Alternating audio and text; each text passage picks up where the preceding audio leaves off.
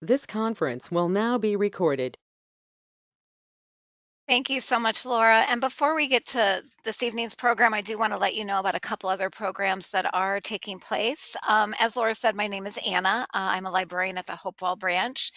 Uh, Tomorrow at 3 in the afternoon, so that's Tuesday, September 20th, we have Penn Med and Princeton Health Community Wellness Outreach providing a program, Heart Health and Knowing Your Risk. And that is going to be talking about cardiac care, giving an overview, as well as including ways to monitor risk factors and tips for incorporating and preventing.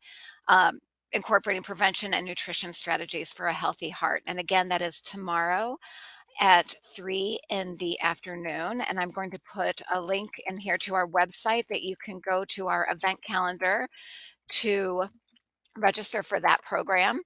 Another program we're having this month, actually on Wednesday, for Hispanic Heritage a month is going to be Frida Kahlo, Dreams, Demons, and Devotion. And again, this is happening on Wednesday, September 21st at 7 in the evening. And we're going to be talking about the astonishing works of this Mexican and feminist icon. We're going to look at the lens of her ethnicity, disabilities, and political activism. And it's going to be presented by a former art and history teacher, Janet Mandel. So again, that is tomorrow. I'm sorry, that one is Wednesday on September 21st at 7 in the evening. And again, you can go to our website, mcl.org, or you can register using our app, My MCLSNJ. Now, for tonight, we have two presenters this evening. Autumn Kildruff and Victoria Cessna are both crisis counselors with the Robert Wood Johnson Barnabas Health Institute for Prevention and Recovery, the Hope and Healing IDA program. And I'm going to pass it off to them to present. And again, if you have questions, please feel free to put them in the chat and we will address them at the end of the presentation. Amazing. Good evening, everyone. And tonight, I would just like to address, like Anna said, our presentation today is brought to you by Robert Wood Johnson Barnabas Health Institute for Prevention and Recovery Hope and Healing Program. And I know that's a mouthful, so that's okay. In an effort to promote and support your emotional and physical well-being in the aftermath of the Ida storm, many of you might not remember it, some of you might. It happened about 1 year ago, as at the beginning of September. There was a series of 3 storms that clustered and caused flooding in Mercer County particularly, and 5 other counties that were declared emergency areas within New Jersey.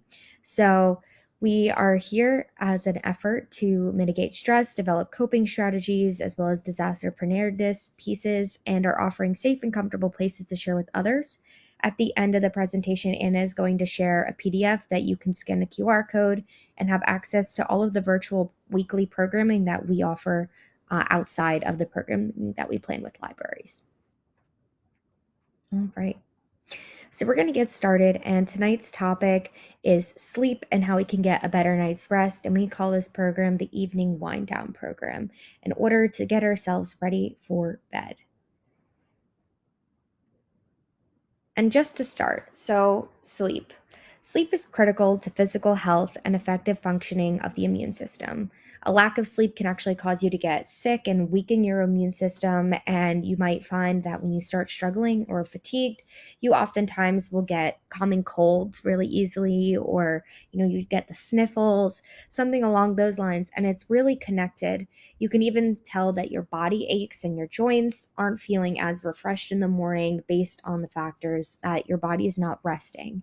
You're having a restless night. Maybe you're one of those people who gets in bed and rolls around a whole bunch. You don't actually sleep. You're just tossing and turning all night. I know that I myself, I have chronic back pain, so oftentimes it's really difficult for me to sleep comfortably, and that's okay. We're going to talk about ways that you can work towards this throughout the presentation. Sleep is a key promoter of emotional wellness and mental health, and helping to beat back stress, depression, and anxiety. So it's really important that you get sleep. Not having sleep can really increase daily anxieties. It can cause depression in your life due to not having that emotional reset at the end of your day. Whether or not you're having a bad dream, it's still important to have that sleep. And it's important that it's quality sleep. Having quality sleep will improve your concentration and productivity. It can also affect your emotions and social interactions. So you might make more mistakes if you aren't well rested. Oftentimes I think about when I don't sleep well, I might be headed out the door. I might forget my cup of coffee in the morning. Sometimes I can't remember where my keys are, even though they're right next to the door. Or I'm forgetting simple things like that, that if I was well rested, I might be able to focus more and be able to easily strategize and know where those items are in my house instead of being more flustered and my day just going downhill. And it's really important to get those 7 to 8 hours of sleep. That's a healthy range for an average adult. That does mean that if you're not getting those full 8 hours or full 7 hours, that you try to find ways throughout your day that you can incorporate rest. That means taking naps can help balance out the lack of sleep that you have in the evening. However, some people believe, if I get only 6 hours of sleep a night and I sleep extra on the weekends, that balances out. The problem is that's not how it works. You can only balance out within the same day for further rest for your body.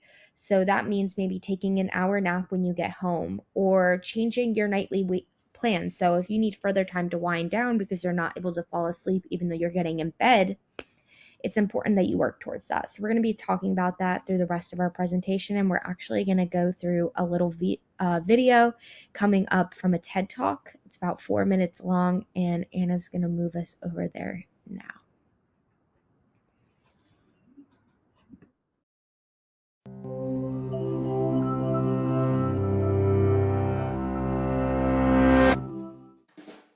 In 1965, 17-year-old high school student Randy Garner stayed awake for 264 hours. That's 11 days to see how he'd cope without sleep. On the second day, his eyes stopped focusing. Next, he lost the ability to identify objects by touch. By day 3, Garner was moody and uncoordinated. At the end of the experiment, he was struggling to concentrate, had trouble with short-term memory, became paranoid, and started hallucinating. Although Garner recovered without long-term psychological or physical damage, for others, losing shut-eye can result in hormonal imbalance, illness, and in extreme cases, death. We're only beginning to understand why we sleep to begin with, but we do know it's essential. Adults need 7 to 8 hours of sleep a night, and adolescents need about 10. We grow sleepy due to signals from our body telling our brain we are tired, and signals from the environment telling us it's dark outside. The rise in sleep-inducing chemicals like adenosine and melatonin send us into a light doze that grows deeper, making our breathing and heart rate slow down and our muscles relax. This non-REM sleep is when DNA is repaired and our bodies replenish themselves for the day ahead.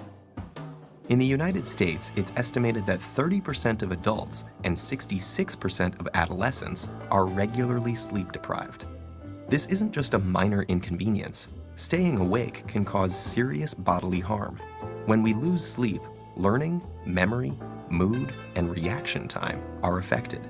Sleeplessness may also cause inflammation, hallucinations, high blood pressure, and it's even been linked to diabetes and obesity. In 2014, a devoted soccer fan died after staying awake for 48 hours to watch the World Cup. While his untimely death was due to a stroke, studies show that chronically sleeping fewer than 6 hours a night increases stroke risk by 4.5 times compared to those getting a consistent 7 to 8 hours of shut-eye. For a handful of people on the planet who carry a rare inherited genetic mutation, sleeplessness is a daily reality. This condition, known as fatal familial insomnia, places the body in a nightmarish state of wakefulness, forbidding it from entering the sanctuary of sleep. Within months or years, this progressively worsening condition leads to dementia and death. How can sleep deprivation cause such immense suffering? Scientists think the answer lies with the accumulation of waste products in the brain. During our waking hours, our cells are busy using up our day's energy sources, which get broken down into various byproducts, including adenosine. As adenosine builds up, it increases the urge to sleep, also known as sleep pressure. In fact, caffeine works by blocking adenosine's receptor pathways. Other waste products also build up in the brain, and if they're not cleared away, they collectively overload the brain and are thought to lead to the many negative symptoms of sleep deprivation. So, what's happening in our brain when we sleep to prevent this? Scientists found something called the Glymphatic System, a cleanup mechanism that removes this buildup and is much more active when we're asleep. It works by using cerebrospinal fluid to flush away toxic byproducts that accumulate between cells. Lymphatic vessels, which serve as pathways for immune cells, have recently been discovered in the brain, and they may also play a role in clearing out the brain's daily waste products. While scientists continue exploring the restorative mechanisms behind sleep, we can be sure that slipping into slumber is a necessity if we want to maintain our health and our sanity.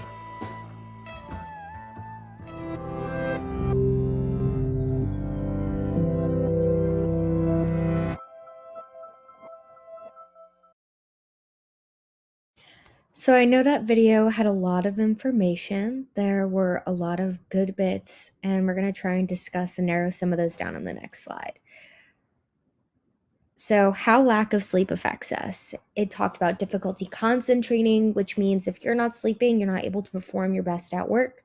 Many of us have probably really important jobs. Maybe you work in a hospital, maybe you're a librarian and you need to organize books by the codes on the books, which I want to say it's the Dewey Decimal System.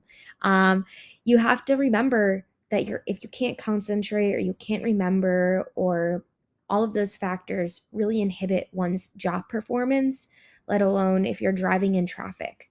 Think about all the small incidents that can happen. Oftentimes people who have a lack of sleep can fall asleep while driving, and that can cause major harm not only to yourself, but to those around you.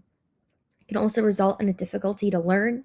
If you are in any form of learning, whether you're learning on a new job site and you have to do trainings, if you are just doing weekly, monthly, yearly trainings for the current job, if you're in a high school or college or in some post-bac program, these things can all affect your ability to retain information. Your brain, kind of like it said, it can't fit anything else. At that point, it's overloaded and bombarded, so that information tends to just be disregarded with the rest instead of being sustained. It increases health risks, like it talked about, high blood pressure, which is often the most common effect. With the increase of cortisol from the lack of sleep and the stress that you'll presume because of that, it can result in higher blood pressure due to the stress and anxiety that you receive. You also don't have a rest period, so that high blood pressure is immediately in response because of that. Depression and migraines. I know that I myself get temple migraines when I'm not sleeping well, and it's really crucial for me to, take that as a sign to get better sleep and to do better. But you don't want to be that person who's getting migraines because you're not doing better. So we're talking about, as we go forward, ways that we can get better sleep and ways that we can prevent all of these risk factors and difficulties and decreases in every part of our bodies and our lifestyles in order to retain a better lifestyle just by editing your sleep. It does increase accidents, like I said, driving or at work, making a mistake, maybe sending emails you didn't mean to send, slipping while you're at work, spilling stuff, even common little accidents within your own household happening. Sometimes when people are sleep deprived, they'll not put an oven mitt on and they'll just grab a pan or a pot holder because they're so distracted. It's really important that you pay attention to these things. A decrease in your metabolism.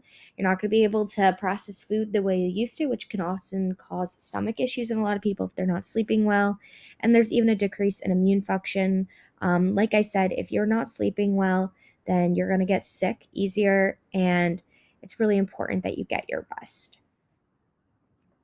All right. So we're actually going to watch another quick video. This one's only 2 minutes long, and it's going to tell you how to get better sleep, and then we're going to review those tips.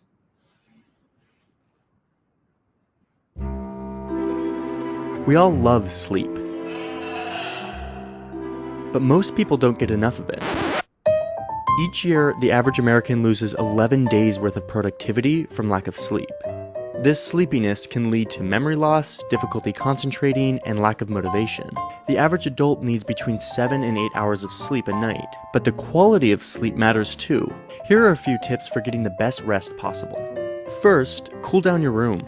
The best sleep, on average, happens when the surrounding environment is around 65 degrees Fahrenheit, and you might fall asleep faster if you warm your body up just before bed. Coming out of, say, a warm shower into a cooler room causes a slight decrease in your body's temperature that can help make you drowsy by slowing down your metabolism. Even if you're tucked under a warm blanket, researchers find that a cool head is conducive to better sleep. Next, use light to your advantage. Your body has a natural sleep cycle regulated by exposure to light. So in the morning, get a nice dose of light to tell your brain that it's time to wake up. An hour before bed, dim lights and turn off screens. This cues the brain to prepare for sleep. Finally, if you want to get really serious about good sleep, you can incorporate herbs into your nighttime routine. You can either breathe in lavender oil before bed or put a lavender pillow on your eyes while you sleep. Now, this sounds really new agey, but the controlled trials done with lavender as a sleep aid actually really back up its benefits. The effect is likely stronger if you pair lavender with some other relaxing evening routine like journaling or meditation. So give these tips a try and see if better sleep can help improve your life during the day.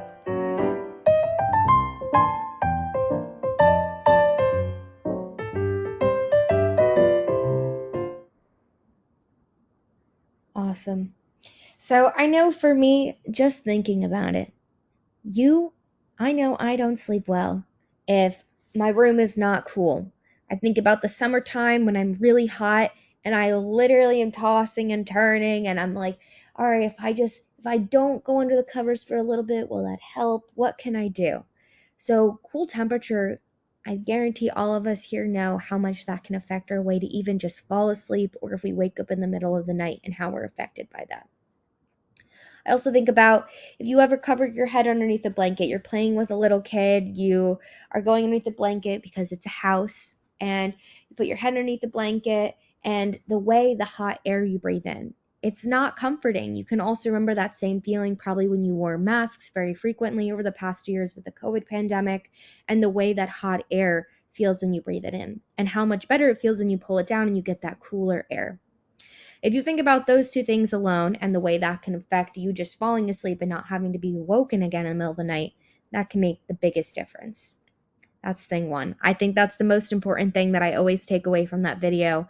And I know for me, I think 65 is a little bit too cold. Maybe I run hot and 65 is just dropping it too low. So I keep my house around 67 and that's a great temperature for me. So even though the video says 65, going with what works best for you personally is what's most important. We're not trying to ice you out and turn you into ice cubes before the end of the night.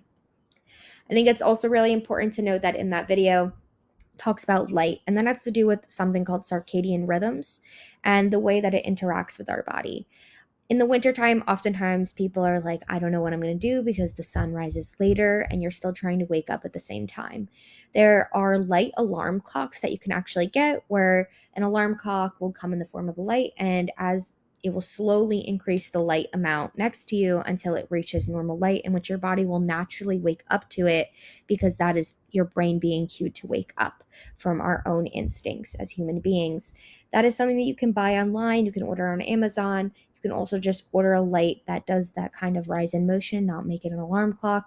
And those kinds of things can have huge benefits on your mental health as well as your sleep patterns and being able to wake up feeling refreshed.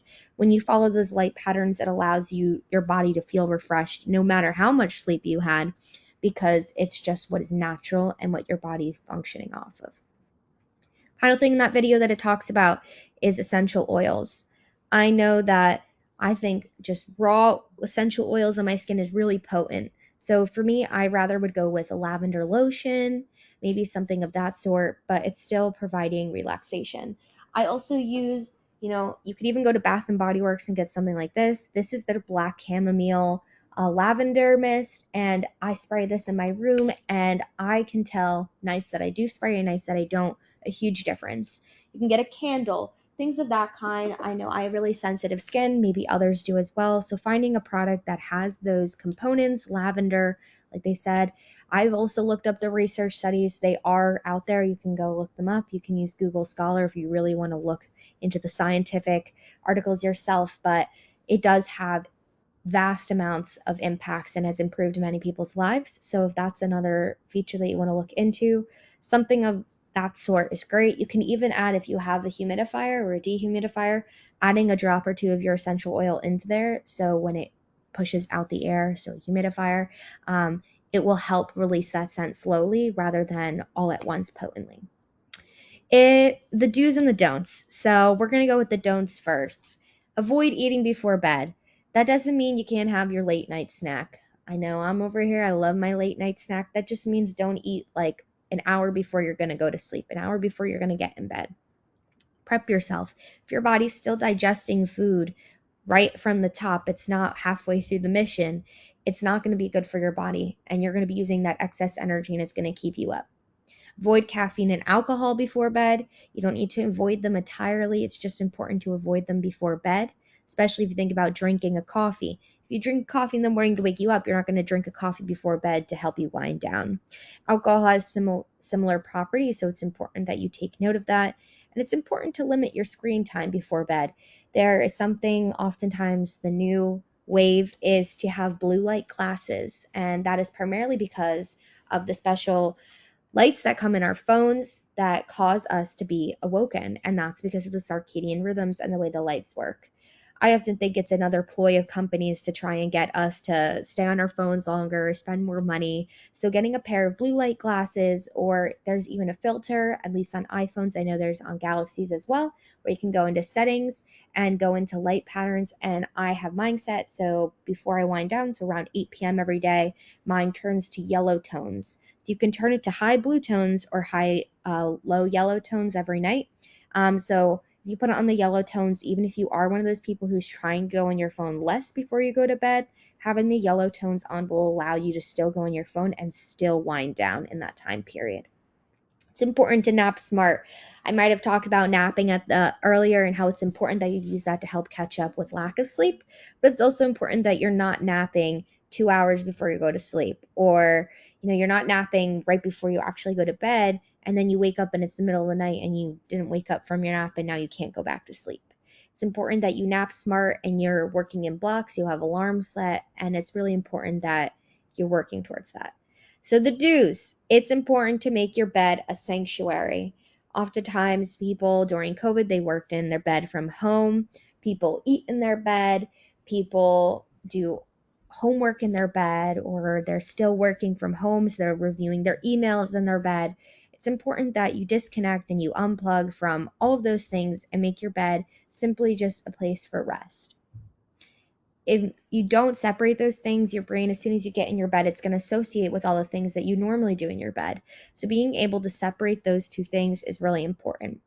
Separate the bedroom and work area. Like I said, it's really important. Maybe you have your desk in your bedroom. Maybe your desk is in an office. Maybe your desk is in your living room. Trying to separate those things, and that means even not having your work laptop in your room, or even your computer for your charger for your work computer in your room. Making sure that those kinds of things are totally separated, so when you look around your room, you're not associating any bit of it with work. Like the video said, keep the bedroom cold. I think the most important thing is also dark. If you haven't invested in so yet, it's really important to get blackout curtains for your bedroom, and that way you're not awoken in the middle of the night from street lamps that might be nearby, or when it's summertime and the sun wakes up real early and also winds down real late, the sun wakes you up. And maybe it's waking you up too early because you go to sleep or you have a night shift job, and it's important that you're working with that. So having a blackout curtain to help you with whether you have a night shift job and you're sleeping during the day, or you just don't want to be awoken by the sun at the time it's waking you up. Something like that can help keep your room dark. Even using, instead of bright LEDs in your room, setting up maybe string lights in your room, so when you turn that off, it's only just slight light that helps you wind down even before you do anything else. Create a nighttime routine. This is something that's really crucial. In the video, it talked about doing journaling and meditation, which are really great as well. I know I hate journaling, and that's okay. Maybe you like journaling, and that's great. Maybe you don't, and that's okay too. It's important that you create some kind of wind down routine though, and doing some kind of meditation, even when you're laying down right before you sleep, just doing some deep breathing. People say if you slow down your breathing, it can help you fall asleep as well. And doing a body scan, which we're going to watch a video in a little bit about that. But it's really important that you are using your connections and things that work for you already. I'm not telling you to reinvent your entire nightly routine. I'm not telling you to add all these things. It's about what works for you, and that's plain and simple. Maybe your nighttime routine is to drink a cup of decaf tea and sit in bed, read a book, and then go to sleep. And that's great. Finding a routine that works best for you is what's most important, and that's really all that we're working for and we're talking towards for this evening. I'm primarily just letting you know about things that you don't want to do. And maybe you'll see something that is new that you do want to add, and that's great. So we're going to go to the next slide. Awesome. So this is actually from the app called Headspace, and I'm going to have on our next slide, it's going to talk about some of the other apps that can help us wind down for sleep and do meditations and things of that sort. And this is a minute long, and it's just something you would listen to help you wind down for sleep. So we're just going to play it and listen. You can close your eyes and think about So reminding just yourself. lying down, we're going to focus the attention on the different parts of the body, watching as they switch off for the night, starting down at the feet, muscles in the toes and the arches switching off, the legs, any tension just dissolving as the calves and thighs power down, the muscles in the lower back and the stomach switching off. Now the chest and upper back switching off. The shoulders, the arms, the hands and fingers just switching.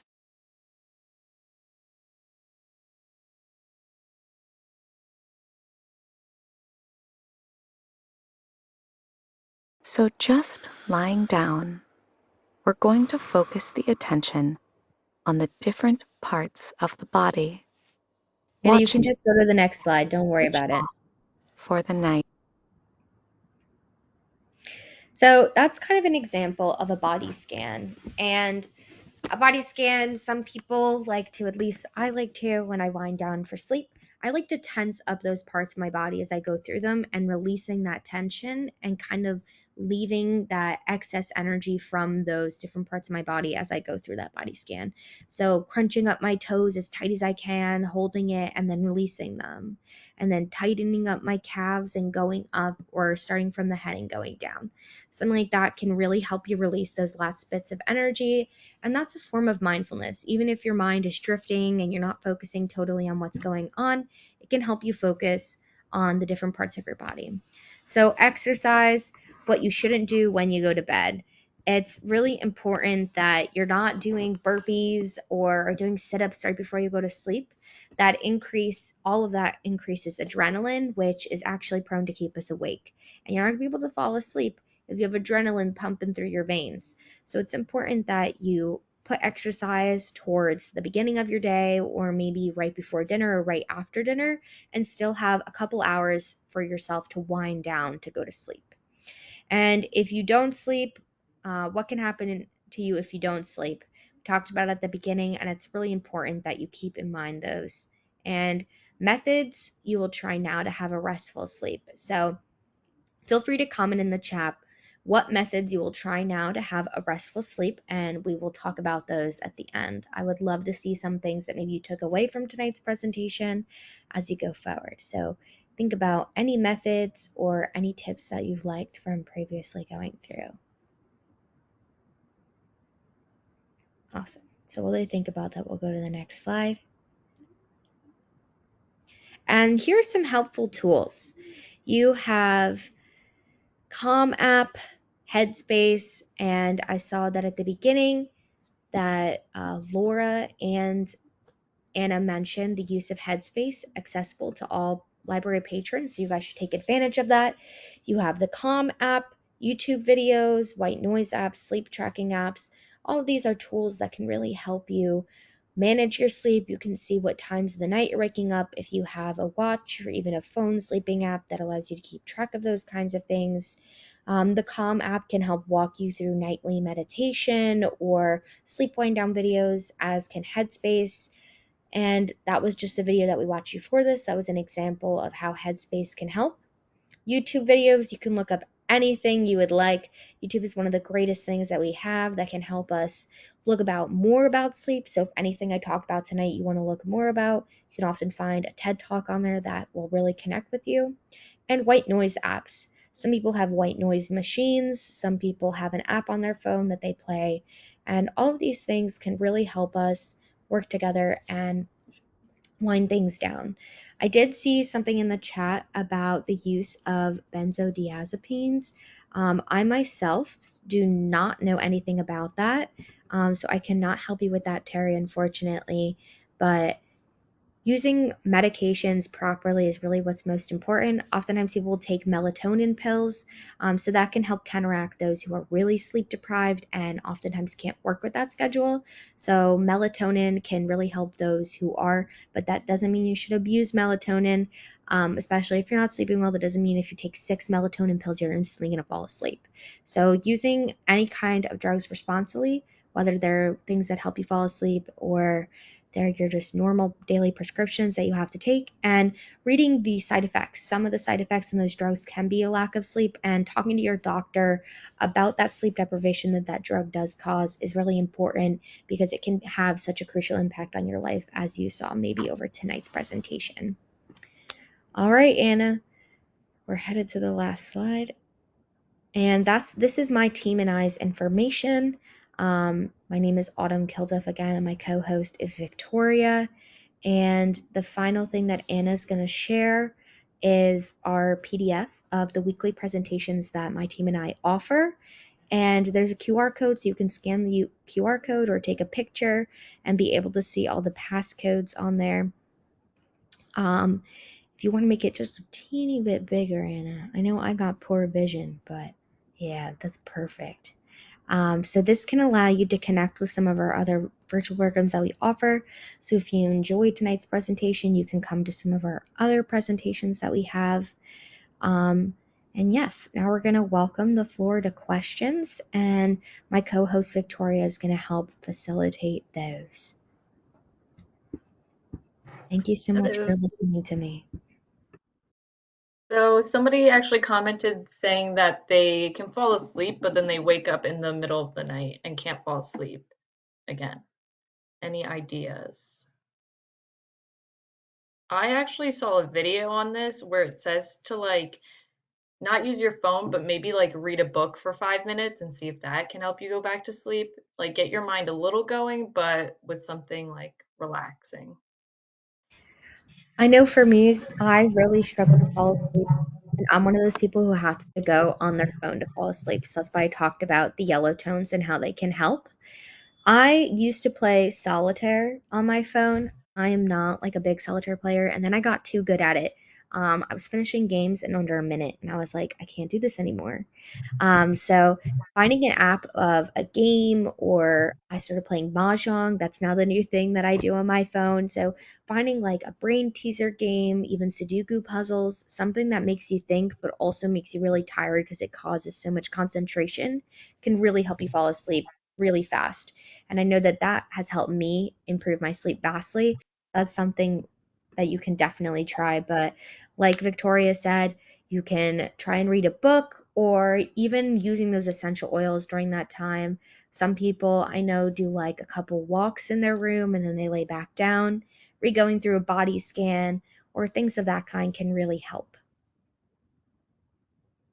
And there's another comment saying several people have told me caffeine has no effect on them. They can drink coffee right before bed and be fine.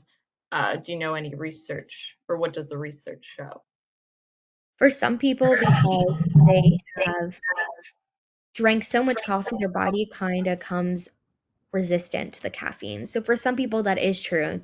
Drinking enough coffee, like my uncle for a while, he used to drink 8 cups of coffee a day. So some people they become resistant to certain amounts of caffeine. So for some people drinking a cup of coffee before they go to bed doesn't do anything to them. For others, it can cause such a change in their body if they're not drinking tons of caffeine throughout the day. So it's important that you're listening to your body and doing what's best for it over that time period, even if that means not drinking your caffeine. For some people, like I said, it affects, and others it doesn't. So just doing what's best for you is really what's important. There's another comment saying, I feel tired during the early evening and then get a second wind around 10:30, 11 p.m. Yeah. So I know that can be rough. That's kind of how I am. And for me, I find it really important I take a nap during the day, not in between those hours, but I take a nap sometimes after dinner. I eat dinner really early. I eat dinner between like 5 and 6. So I take like a 30-minute nap, kind of allowing myself to reset during that time and be able to fall asleep without that second wind of energy. It gives me enough to boost me to rest time or the time I go to sleep and wind down and then be able just to fall asleep. So taking a quick nap or something like that can really help allow you to work with that. There's so many different ways that you can help get yourself on set. How can I change my circadian rhythm? I think I said that right. Yeah, so your circadian rhythm is all related to the light. So, like I said, getting blackout curtains and working with the times of day that you're getting. So, if you need a lamp, like I said, you have one of those lamps that can work on the hours that you're working with sleeping, and that can help wake you up. Having things of that kind can really have a huge impact and can reset them. So think about if you're laying in bed and you're about to fall asleep, and then someone shined a flashlight in your eyes. You're gonna wake up, right? It's not gonna keep you asleep, and that's because of the light. So working with things that control light, like someone even I see a comment further below using an app on your phone or settings in your phone to turn off those light blue lights in order to affect that, because it is proven that that does affect it. Slowly, normally you can change your circadian rhythms if you start implementing things like the light alarm clock or using blackout curtains. Normally it can help change after about 3 to 4 days. So it's a pretty quick turnaround, and you should see results pretty quickly. There's another question. What is the most amount of sleep that you should get before it's too much? Yeah, so it really is based on the person. When you're sick, you need a lot more sleep. So, because your body's reworking things. So, when you're sick, you might sleep up to 18 hours in a given 24-hour period, and that's okay. Your body's reworking through things. On average, you don't want to push beyond about 10 hours of sleep because it will actually cause your body to get sleepy when you wake up. You're going to wake up and you're going to feel not tired because you're going through your different sleep cycle settings, and your body has different periods. So if you wake up in the middle of REM sleep, which could be normally it hits in the middle and then it stops, which is in that average 8-hour period, but then it will reset after that again. So when you push back 10 hours and you wake up in the middle of REM sleep, you're not going to feel well rested at all. It's going to feel like you didn't sleep. It's going to feel like you tossed and turned all night. So it's really important that you're working in between those numbers, and that's why 7 and 8 hours is the golden numbers. If you live a really active lifestyle, maybe you're working out a lot, maybe you're running around, maybe your job is really tearing on your body, more sleep is more than fine. So 10 hours. I see another comment about a friend sleeping 12 hours a night. He might be over exaggerating, but maybe he's not. There aren't really too many risks of oversleeping. Like I said, it primarily you're just not going to feel as well rested when you wake up. And that's kind of the biggest consequence. And maybe you miss things because you're sleeping. So you might not wake up from an alarm if you're used to sleeping that long, and your body becomes less aware and resistant to alarms and those kinds of things. So it might allow you to miss things like dentist appointments or any other kind, a job interview. So it's really important that you're just doing, like I said, what's best for your body. You're staying within proper range and you're doing new sleep habits or trying things that can really help improve all aspects of your sleep. Awesome. Any other questions?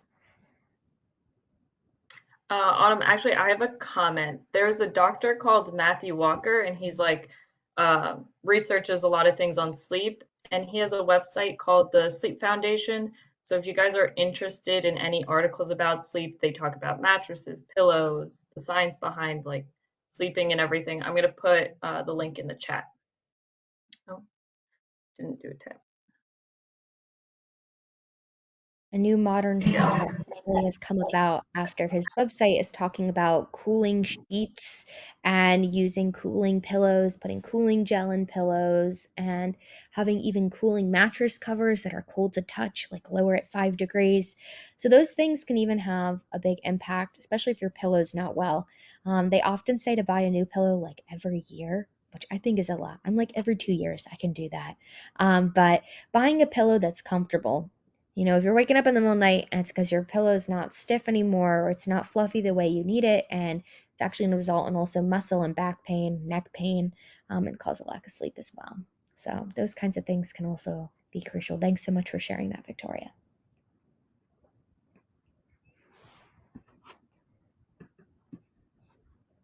All right.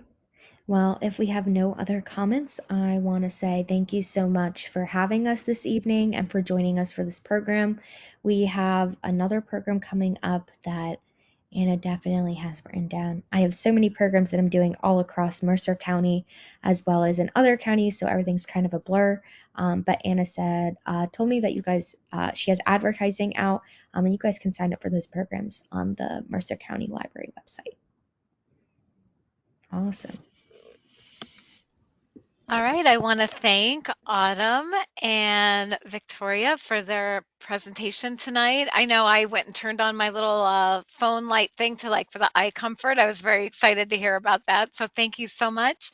And thank you to Laura for all her help behind the scenes, ensuring everything Um, went smoothly. Anna, we have one more Yes. question. Oh, Somebody I'm just sorry. wanted to know. I'm sorry, just a last minute question. Any suggestions for when sadness causes sleepiness? Yeah, that's a great question. So I have mental health issues, and oftentimes depression can be a leading cause to causing extra rest. And it's because your body is working so hard mentally and the brain patterns and trying to work through those things. You're having higher releases of cortisol and adrenaline, which causes those your stress hormones. So those kinds of things will cause you to fall asleep, and be extra sleepy, especially when you're sad. Like I said, it's really just important to listen to your body and do what's best for it, making sure that you're not oversleeping though, and you're working through those things and speaking to a healthcare provider if your sinus is becoming out of control and to a point that it's really affecting your sleep, because that often is a sign of something further that you might need help with a healthcare professional. But thank you so much for asking, and I definitely can relate. And I know for me, after I sought out help, it caused, like I said, a huge change in my sleep, and I'm actually able to function properly again. So it's really great. All right, thank you. All right, everyone, have a safe evening. And again, thank you to Victoria and Autumn for all their help. And again, thank you to Laura, and have a good night, everybody.